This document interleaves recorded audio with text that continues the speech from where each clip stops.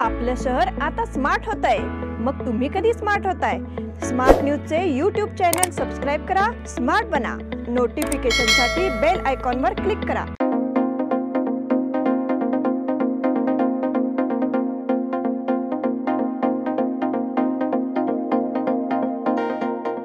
नमस्कार, मी श्वेता अंकले स्मार्ट न्यूजच्या आजच्या बुलेटिनमध्ये आपल्या सगळ्यांचे स्वागत करते। आता एक नजर टाकूयात आजच्या ठळक घडामोडींवर। पश्चिम आशियावर युद्धाचे ढग जमू लागले। हुबळीतील घटनेचे राज्यभरात पडसाद। तालुका आणि उपनगरी भागामध्ये वळीव पावसाचा मारा। हुबळी येथील घटनेच्या निषेधार्थ विविध संघटनांची निदर्शने। बेळगावातून 21 उमेदवारी अर्ज दाखल। शारदोत्सव महिला सोसायटीतर्फे चैत्रोत्सव साजरा। खासगी कॉलेजमध्ये शुल्कामध्ये 10% वाढ। शहापुरात इंगळ्या कार्यक्रम उत्साहात। मुसंडीत सिद्धेश्वर यात्रा सुरू, इंगळ्यांचा उत्सव साजरा। सीईटी परीक्षा संपल्याने विद्यार्थ्यांचा सुटकेचा निश्वास। या सगळ्या ऑफर्स मध्ये बेस्ट प्राइस भेटणार याची काय गॅरंटी? सगळेच गायब। म्हणूनच बीएससी देते लोवेस्ट प्राइस गॅरंटी। जर तुम्ही आमच्यापेक्षा कमी किमतीत सेम कपडे बाहेर कुठेही खरेदी केलात तर खरेदी केलेल्या किमतीच्या फरकाच्या दुप्पट रक्कम आमच्याकडून मिळवा। बीएससी द टेक्सटाईल मॉल मधून आताच खरेदी करा तुमची आवडती sari, ladies wear, men's wear, kids wear, तेही सर्वात कमी किमतीत। BSC the textile mall, Tilakwadi, Belagavi. आता पाहूया सविस्तर बातम्या। इस्रायलने प्रमुख लष्करी हवाई तळ आणि आण्विक स्थळ असलेल्या इराणच्या मध्य इस्फहान शहरावर शुक्रवारी ड्रोन हल्ला केला। प्रत्युत्तरादाखल इराणने इस्रायलच्या 3 ड्रोनला लक्ष्य केले। या ताज्या घडामोडींमुळे दोन्ही देशातील तणाव टोकाला पोहोचला असून पश्चिम आशियावर युद्धाचे ढग जमू लागले आहेत। इराणमधील इस्फहान शहराच्या अवकाशात शुक्रवारी पहाटे काही स्फोटांचे आवाज ऐकू आले। सूत्रांनी इस्रायलने इराणवर ड्रोन हल्ला केल्याचे म्हटले असले तरी इराणने मात्र त्याला फारसे महत्त्व दिलेले नाही। तथापि इराणने इस्रायलच्या ड्रोनला लक्ष्य करणारी संरक्षण प्रणाली सज्ज केल्याचे वृत्त काही वृत्तसंस्थांनी दिलं आहे। या घडामोडींच्या पार्श्वभूमीवर इराणच्या महत्त्वाच्या शहरातील विमानांची उड्डाणे काही काळासाठी स्थगित करण्यात आली आहेत, तर एअर इंडियाने इस्रायलची राजधानी तेल अवीव दरम्यानची विमानसेवा 30 एप्रिलपर्यंत स्थगित करण्याची घोषणा शुक्रवारी केली। हुबळीतील घटनेचे राज्यभरात पडसाद। हुबळीमध्ये काँग्रेस पक्षाचे नगरसेवक निरंजन हिरेमठ यांच्या मुलीचा महाविद्यालयात खून झाल्यानंतर आता राज्यातील वातावरण तापलं आहे। नेहाच्या महाविद्यालयातील विद्यार्थी, आरोपीचे वडील यांनी आरोपीला कठोरातील कठोर शिक्षा देण्याची मागणी केली आहे, जेणेकरून पुन्हा कुणीही महिलेला त्रास देण्याचा प्रयत्न करणार नाही। तर कर्नाटकचे मजूर मंत्री संतोष लाड यांनी अशा गुन्ह्यातील आरोपींचा एन्काउंटर करण्यात यावा अशी मागणी केली आहे। केंद्र आणि राज्य सरकारने असे काही धोरण आखावे अशी ही मागणी त्यांनी केली आहे। आरोपी फैयाजचे वडील बाबासाहेब सुबानी हे सरकारी शाळेमध्ये शिक्षक आहेत। त्यांनी माध्यमांशी बोलताना सांगितले की निरंजन हिरेमठ यांनी त्यांची मुलगी नेहाला माझा मुलगा फैयाज त्रास देत असल्याचे सांगितले होते। सुबानी पुढे म्हणाले की गुरुवारी संध्याकाळी 6 वाजता मला फैयाजने केलेल्या कृत्याची माहिती मिळाली। नेहा माझ्या मुलीसारखी होती, तिच्या कुटुंबाची मी माफी मागतो असेही ते म्हणाले। तालुका आणि उपनगरी भागामध्ये वळीव पावसाचा मारा। मागील 2 दिवसांपासून शहर परिसराला आणि तालुक्याला पावसाची चाहूल लागली होती, मात्र शनिवारी सकाळपासून दिवसभर ढगाळ वातावरण होते। शहराच्या मध्यवर्ती भागामध्ये तुरळक पाऊस झाला, मात्र शहराबाहेरील महामार्ग परिसरावर पावसाने चांगलेच झोडपून काढले। सकाळपासूनच ढगाळ वातावरण असल्याने वळीव पाऊस बरसणार या आशेने नागरिक प्रतीक्षा करत होते। बेळगावच्या शहराच्या मध्यवर्ती भागासह बेळगाव तालुक्याच्या पश्चिम भागात पावसाच्या तुरळक सरी कोसळल्या। 4 दिवसांपासून उष्म्यामध्ये प्रचंड वाढ झाली होती, ती काहीशी कमी झाली। वळीवाने हजेरी लावण्यास प्रारंभ केला आहे, मात्र दमदार पावसाने अद्याप पाठ फिरवलेली आहे। त्यामुळे आता जोरदार पावसाच्या दृष्टीने शेतकरी प्रतीक्षा करीत आहेत। तसेच शहरासमोरील पाणी टंचाईचे संकट निवारण्यासाठी अद्याप दमदार पावसाची गरज व्यक्त होत आहे। हुबळी येथील घटनेच्या निषेधार्थ विविध संघटनांची निदर्शने। हुबळी येथील एका कॉलेजमध्ये विद्यार्थिनीच्या हत्येची दुर्दैवी घटना घडली आहे। सदर घटना हा लव्ह जिहादचा प्रकार असून दोषी युवकाला फाशीची शिक्षा व्हावी अशी मागणी विविध संघटनांनी केली आहे. या हत्येचा विविध संघटनांच्या माध्यमातून निषेध नोंदवण्यात आला. श्रीराम सेना हिंदुस्थान यांच्या वतीने जिल्हाधिकारी कार्यालयावर मोर्चा काढून निवेदन सादर करण्यात आले. कित्तूर चन्नम्मा चौक ते जिल्हाधिकारी कार्यालयापर्यंत श्रीराम सेना हिंदुस्थानच्या वतीने विराट मोर्चा काढण्यात आला. त्याचप्रमाणे अखिल भारतीय विद्यार्थी परिषदेच्या वतीने देखील सदर घटनेचा निषेध नोंदवण्यात आला. हुतात्मा चौक येथे स्वराज्य युवा दल या संघटनेच्या वतीने निषेध नोंदवण्यात आला. बेळगावातून 21 उमेदवारी अर्ज दाखल. बेळगाव लोकसभा मतदारसंघामध्ये शुक्रवारी अखेरच्या दिवशी 6 उमेदवारी अर्ज दाखल झाले. यामुळे एकूण दाखल अर्जांची संख्या 21 झाली आहे. दरम्यान 21 उमेदवारी अर्जामध्ये केवळ एक अर्ज महिला उमेदवाराचा आहे. दरम्यान आज दिनांक 20 रोजी उमेदवारी अर्जांची छाननी होईल आणि उमेदवारी अर्ज मागे घेण्यासाठी 22 एप्रिल ही अंतिम तारीख आहे. त्यानंतर रिंगणामधील उमेदवारांचे चित्र स्पष्ट होणार आहे. दरम्यान महाराष्ट्र एकीकरण समितीचे उमेदवार महादेव पाटील यांनी शक्ती प्रदर्शन करत उमेदवारी अर्ज दाखल केला आहे. बेळगाव लोकसभा मतदारसंघामध्ये आज दिवसभरात दाखल अर्जांची संख्या 6 आहे. त्यामध्ये अपक्ष म्हणून भारती बैलाप्पा निरलकेरी, सागर पाटील, महांतेश निर्वाणी, महांतेश गौडर यांनी उमेदवारी अर्ज दाखल केला आहे. अखिल भारतीय हिंदू महासभेतर्फे विजय मेत्राणी यांनी उमेदवारी अर्ज दाखल केला. शारदोत्सव महिला सोसायटीतर्फे चैत्रोत्सव साजरा. शुभ्र फुलांची जाला या कार्यक्रमाच्या सादरीकरणाने शारदोत्सव सोसायटीने चैत्रोत्सव साजरा केला. लोकमान्य रंगमंदिर येथे शुक्रवारी सायंकाळी झालेल्या या कार्यक्रमात रामायणातील स्त्रियांवर आधारित या कार्यक्रमाचे दिग्दर्शन नीता कुलकर्णी यांनी केले होते. यामध्ये त्रेतायुग आणि कलियुग यांच्या संवादामधून त्या स्त्रियांच्या व्यथा व्यक्त झाल्या होत्या. त्याला अनुरूप सादरीकरण कलाकारांनी केले. कार्यक्रमाची सुरुवात विजय पताका श्रीरामाची या गीतावरील नृत्याविष्काराने झाली. नृत्य दिग्दर्शन धनश्री गुरव यांचे होते. स्वागत अध्यक्ष अरुणा नाईक यांनी केले. सूत्रसंचालन स्मिता घसारी यांनी केले तर गायन राजश्री हेब्बाळकर यांनी केले. खासगी कॉलेज शुल्कामध्ये 10% वाढ. सरकारी अनुदानित पदवी महाविद्यालयातील शुल्क गतवर्षी वाढवण्यात आले होते. यंदाही तेच शुल्क कायम राहणार आहे, पण खासगी महाविद्यालयांचे शुल्क 10% वाढवण्यात आले आहे. लिंगराज गांधी यांच्या नेतृत्वाखालील उपसमितीने सादर केलेल्या अहवालानुसार ही वाढ करण्यात आली आहे.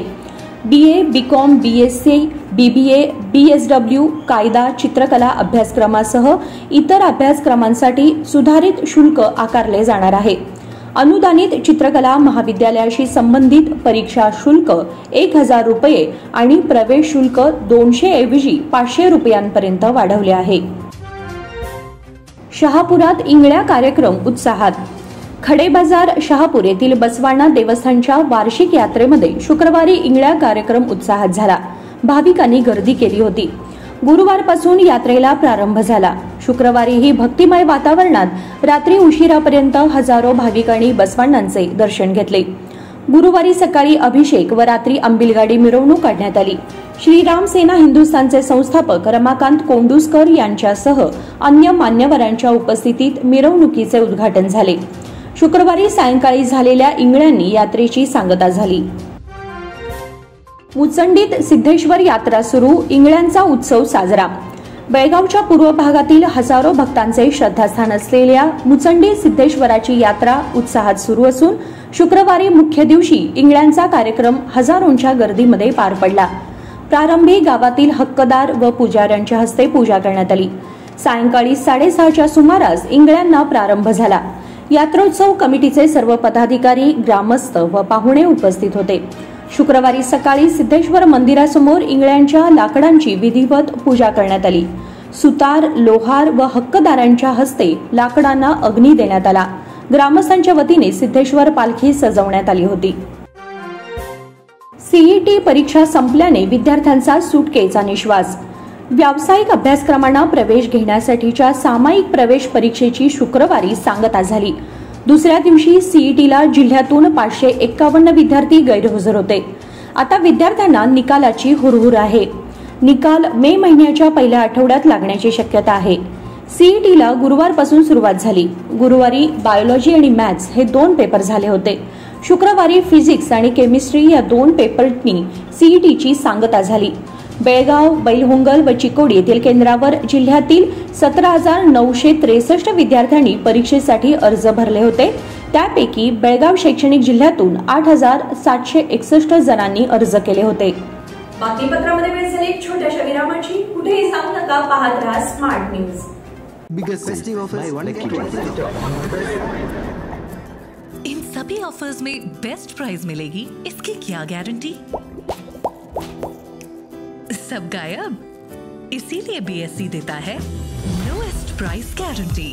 अगर आप हमसे कम दाम में सेम कपड़ा कहीं और से खरीदते हैं तो खरीदी हुई कीमत के फर्क की दुगनी धनराशि हमसे पाइए. बीएससी द टेक्सटाइल मॉल से खरीदिए अपनी पसंदीदा sari, ladies wear, men's wear, kids wear और यहाँ तक की होम फर्निशिंग भी, और वो भी सबसे कम कीमत में. BSC the textile mall, Tilakwadi, Belagavi.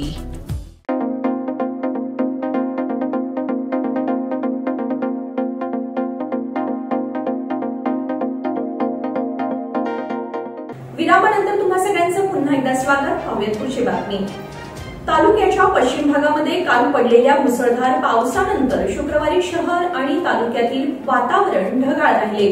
त्यामुळे उकाडा वाढल्यामुळे सायंकाळी पाऊस पडेल असा अंदाज सर्वत्र वर्तवला जात होता.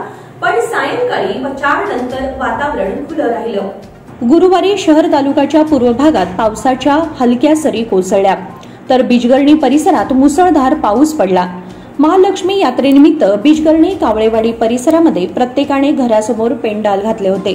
पावसामुळे अनेकांचे पेंडाल उडून गेले. सायंकाळी 7 नंतर शहर परिसरासह सर्वत्र वाऱ्याचा वेग वाढला होता. त्यामुळे शहराच्या इतर भागामध्ये देखील मोठा पाऊस पडण्याची शक्यता होती. सामरा परिसरामध्ये वारा अधिक राहिल्याने पाऊस कोसळला नाही. पावसाचे ढग यामुळे पुढे गेले. पुन्हा सायंकाळी ऊन आणि सावलीचा खेळ सुरू राहिला. पण सायंकाळ नंतर वातावरण खुले राहिल्याने पाऊस कोसळला नाही. पण यामुळे दिवसभर उकाडा मात्र कायम राहिला होता.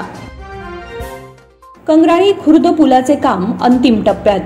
कंगराळी खुर्द गावच्या प्रवेशद्वारापाशी मुख्य रस्त्यावरील पुलाचे काम अंतिम टप्प्यात आले आहे.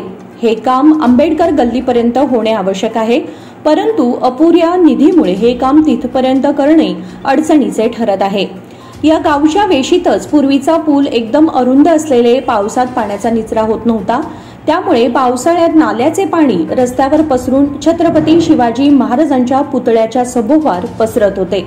त्यामुळे आचारसंहितेपूर्वी सर्व वॉर्डातील निधी या कामासाठी वापरण्याचा निर्णय घेऊन कामाला सुरुवात केली आहे व आता काम अंतिम टप्प्यामध्ये आले आहे. कंगराळीतील श्री वरसिद्धी विनायक मंदिरात महापूजा संपन्न. कंगराळी खुर्द गावातील रामनगर 4था क्रॉस येथील श्री वरसिद्धी विनायक मंदिरात 13व्या वर्धापन दिनानिमित्त मान्यवरांच्या हस्ते महापूजा करून भाविकांना महाप्रसादाचे वाटप करण्यात आले. या निमित्ताने काल सकाळी पहाटेपासून विविध धार्मिक विधी, गणहोम करून आरती झाली.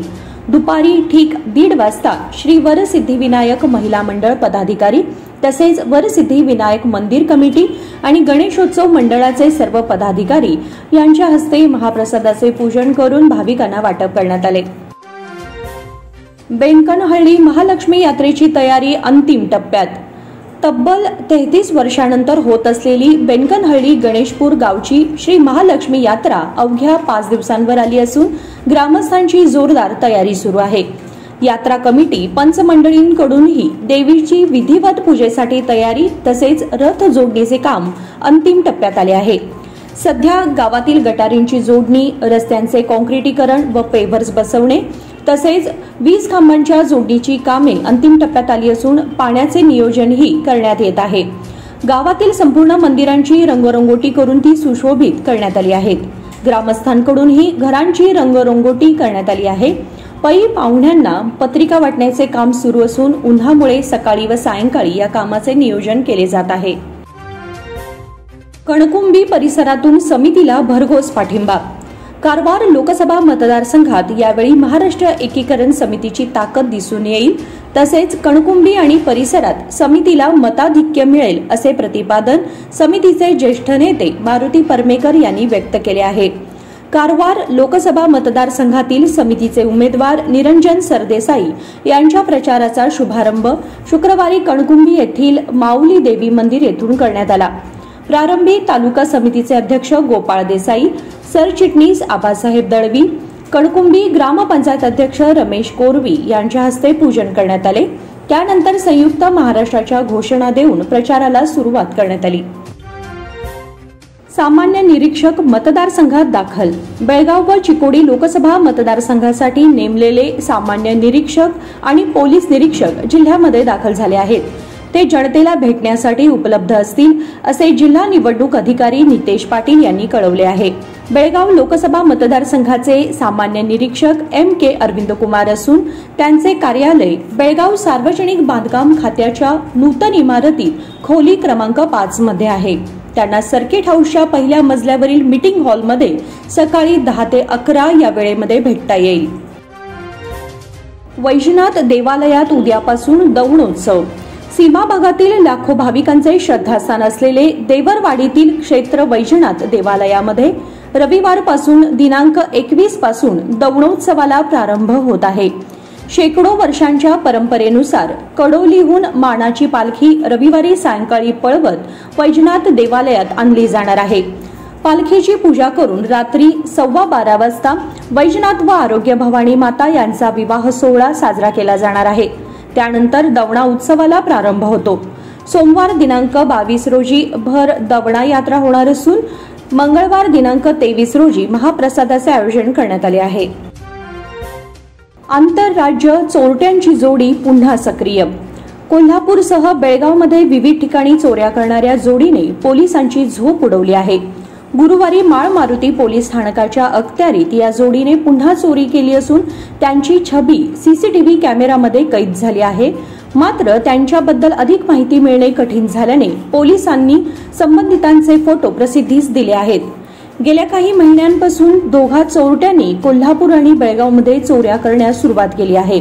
त्यांच्या अटकेसाठी पोलिसांनी प्रयत्न चालवले असले तरी देखील संबंधिताबद्दल अधिक माहिती मिळत नसल्याने पोलिसांची डोकेदुखी वाढली आहे। सुमित्रा गंगाधर पाटील यांचे निधन। पाटील गल्ली वडगाव येथील रहिवासी सुमित्रा गंगाधर पाटील यांचे दिनांक 20 रोजी हृदयविकाराच्या धक्क्याने निधन झाले। त्या 78 वर्षांच्या होत्या। त्यांच्या पश्चात 3 मुले, सुना व नातवंडे असा परिवार आहे। उद्योजक आणि सामाजिक कार्यकर्ते विनायक पाटील यांच्या त्या मातोश्री होत। गदग नगर परिषद उपाध्यक्षांच्या मुलासह 4 जणांची हत्या। गदग नगर परिषद उपाध्यक्षांच्या मुलासह 4 जणांची भोसकून हत्या करण्यात आल्याची दुर्दैवी घटना घडली आहे। गदग नगर परिषदेच्या उपाध्यक्षा सुनंदा बाकळे यांचा मुलगा कार्तिक बाकळे यांच्यासह 4 जणांची हत्या करून हल्लेखोर फरार झाले। 17 एप्रिल रोजी बाकळे यांचे नातेवाईक लग्नाची तारीख निश्चित करण्यासाठी आले होते। नातेवाईक आणि कार्तिक या चौघांची हत्या करून हल्लेखोर फरार झाले। पुढील तपास सुरू आहे। बेळगावचे पोलीस महानिरीक्षक विकास कुमार यांनी घटनास्थळी भेट देऊन पाहणी केली। मुदगा येथे उद्या भव्य निकाली कुस्ती मैदान। हनुमान यात्रेनिमित्त मुदगा येथे हनुमान कुस्तीगीर संघटना आणि ग्रामस्थांच्या वतीने उद्या रविवार दिनांक 21 एप्रिल रोजी भव्य कुस्ती मैदानाचे आयोजन करण्यात आले आहे। दमनी तलावात मैदानाचे आयोजन करण्यात आले असून तयारी अंतिम टप्प्यामध्ये आली आहे। या मैदानात प्रमुख कुस्ती महाराष्ट्र केसरी किरण भगत व जागतिक कुस्ती चॅम्पियन आशिष हुड्डा यांच्यामध्ये होणार आहे। किरण भगत व आशिष हुड्डा यांच्यात प्रथमच लढत होणार आहे। दोघेही राष्ट्रीय दर्जाचे खेळाडू असल्याने कोण जिंकणार याची कुस्ती शौकीनांमध्ये उत्सुकता निर्माण झाली आहे। दुसऱ्या क्रमांकाची कुस्ती डबल कर्नाटक केसरी कार्तिक काटे व हरियाणाच्या अनुज कुमार लिलू आखाडा यांच्यामध्ये, तिसऱ्या क्रमांकाची लढत कर्नाटक केसरी संगमेश बिराजदार व बाळू अपराध सांगली यांच्यामध्ये होणार आहे। चौथ्या क्रमांकाची कुस्ती कीर्तिकुमार कारवे कंगराळी व समाधान गरुड पुणे। 5व्या क्रमांकाची कुस्ती विक्रम शिनोळी व संजू इंगळगी दर्गा तालीम। 6व्या क्रमांकाची कुस्ती कामेश कंगराळी व ऋषिकेश देवकाते। 7व्या क्रमांकाची लढत प्रेम कंगराळी व सुरेश रुपणर सांगली। 8व्या क्रमांकाची कुस्ती गुत्तप्पा दावणगिरी व कार्तिक इंगळगी दर्गा। 9व्या क्रमांकाची लढत पृथ्वी कंगराळी व गौस कुंदरगी दर्गा। 10व्या क्रमांकाची कुस्ती महेश तीर्थकुंडे व हनुमंत गंदिगवाड यांच्यामध्ये होणार आहे। कुस्ती मैदान यशस्वी करण्यासाठी संघटनेचे ज्येष्ठ मल्ल भावकण्णा पाटील, अण्णाप्पा बस्तवाड, जयसिंग पाटील, नामदेव पाटील, सयाजी पाटील, सातेरी पाटील, तुकाराम पाटील, जानबा पाटील, ज्योतिबा केदार, श्रीकांत पाटील, कृष्णा शिंदोळकर, विलास पाटील, मनोहर कडेमणी, सुधीर पाटील, शंकर पाटील, अनिल कडेमणी, कुस्ती संयोजन समितीचे सचिव नवीन कुमार पाटील परिश्रम घेत आहेत. आशियाई ऑलिम्पिक पात्रता स्पर्धेतून कुस्तीपटू दीपक पुनिया आणि कलाकल बाद. बिश्केकमध्ये आशियाई ऑलिम्पिक पात्रता स्पर्धेमध्ये भारतीय कुस्तीला जोरदार झटका बसला आहे. कारण भारताचे 2 आघाडीचे कुस्तीपटू दीपक पुनिया आणि सुजित कलाकल हे वेळेवर पोहोचू न शकल्यामुळे स्पर्धेतून बाद झाले आहेत. दुबईमध्ये खराब वातावरणामुळे त्यांचे विमान विलंबाने बिश्केकमध्ये पोहोचले. मुसळधार पाऊस आणि पूर स्थितीमुळे दोघेही दुबई आंतरराष्ट्रीय विमानतळावर अडकले आणि वजने घेण्याच्या वेळेपर्यंत स्पर्धेच्या ठिकाणी पोहोचू शकले नाहीत. सूत्रांनी सांगितले की भारतीय प्रशिक्षकांनी विनंती करूनही आयोजकांनी त्यांना परवानगी दिली नाही. पुनिया टोकियो ऑलिम्पिकमध्ये पदक जिंकण्याच्या जवळ पोहोचला होता. तो आणि सुजित पॅरिस ऑलिम्पिकच्या पात्रता स्पर्धेत सहभागी होण्यासाठी बिश्केकला पोहोचले. दरम्यान दुबईवरून जाणारी विमाने विमानतळांवर पाणी साचल्यामुळे रद्द करण्यात आली किंवा विलंबाने पोहोचली. ऋषभ पंत सामनावीर कसा? दिल्लीने आयपीएलमध्ये गुजरातला 6 गडी राखून पराभूत केले. यासह ऋषभ पंतच्या नेतृत्वात दिल्लीने सलग दुसरा विजय मिळवला. दिल्लीने गुजरातला केवळ 89 धावांमध्ये गुंडाळले. दिल्लीसाठी इशांत शर्माने 2, मुकेश कुमारने 3, ट्रिस्टन स्टब्सने 2 गडी बाद केले. पण यांच्यापैकी कोणालाही सामनावीर पुरस्कार देण्यात आला नाही. पंतने केवळ 16 धावा करून सामनावीर हा किताब जिंकला. हार्दिक पांड्याला 12 लाखांचा दंड. पंजाब विरुद्ध रोमांचक विजय मिळवलेल्या सामन्यामध्ये संथ गतीने गोलंदाजी केलेल्या मुंबईचा कर्णधार हार्दिक पांड्या याच्यावर 12 लाख रुपयांचा दंड ठोठावण्यात आला आहे. आयपीएलने प्रसिद्धी पत्रकाद्वारे ही माहिती दिली. यंदाच्या मोसमात हार्दिकने पहिल्यांदाच ही चूक केल्याने त्याच्यावर 12 लाख रुपयाचा दंड लावण्यात आल्याचेही आयपीएलने म्हटले आहे. आणि याचबरोबर स्मार्ट न्यूजचे आजचे बुलेटिन इथे संपते. धन्यवाद.